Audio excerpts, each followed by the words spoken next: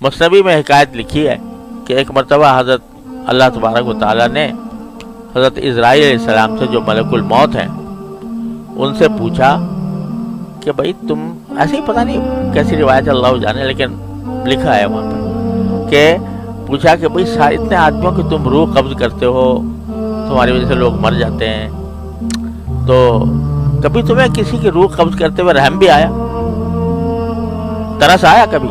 تو حضرت اسرائیل علیہ السلام نے جواب دیا کہ یہاں 2 مرتبہ آیا۔ کہا کس پر؟ کہا کہ جی ایک کشتی جا رہی تھی، جہاز جا رہا تھا، طوفان آ گیا اور طوفان کے اندر کشتیاں، وہ جو ڈوبنے لگی کشتی، تو جو بچنے والے تھے کسی طرح انہوں نے پناہ لی، کسی تختے پر، کسی نے کسی طرح۔ تو ایک عورت تھی، اس کا حاملہ تھی، اس نے بھی ایک تختے پہ پناہ لے لی، تختہ بہتا جا رہا تھا سمندر پہ۔ تو عین اس وقت اس کے ہاں بچے کی ولادت ہوئی، بچہ پیدا ہوا، تو آپ کی طرف سے حکم آیا کہ ماں کی روح قبض کر۔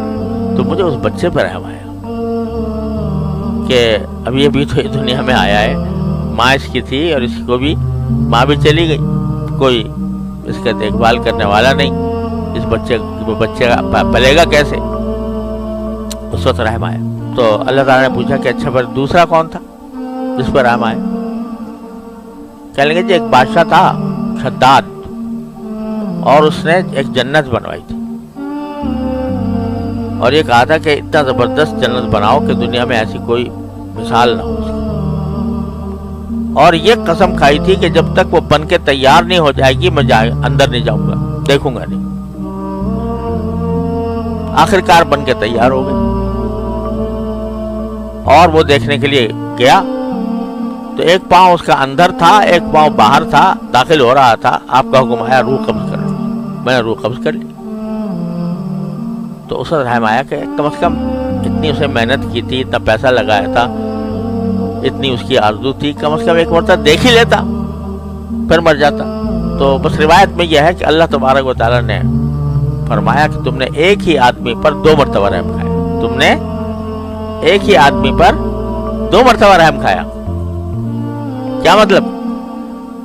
کہ یہ بادشاہ وہی بچہ تھا، یہ بادشاہ وہی بچہ تھا جس پر تمہیں پہلے رحم آیا تھا، وہ اس کو ہم نے پالا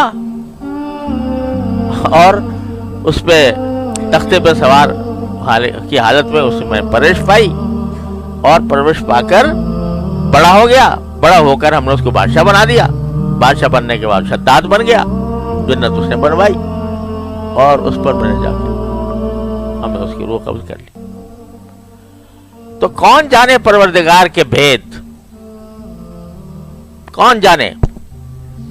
لہذا کسی کو اپنے نسبت پر کہ میں فلاں کا بیٹا ہوں، فلاں کی بیوی ہوں، فلاں کا شوہر ہوں، فلاں کا رشتہ دار ہوں، اس پر کبھی آدمی کو ناز نہ ہونا چاہیے۔ ہر ایک سے اس کے عمل کے بارے میں سوال ہوگا، ہر ایک سے اس کے اعتقاد کے بارے میں سوال ہوگا۔ اگر مومن ہے تو جنت کا راستہ کھلا ہوا ہے، اگر اعوذ باللہ کافر ہے تو چاہے کتنی بڑی نسبتیں رکھتا ہو،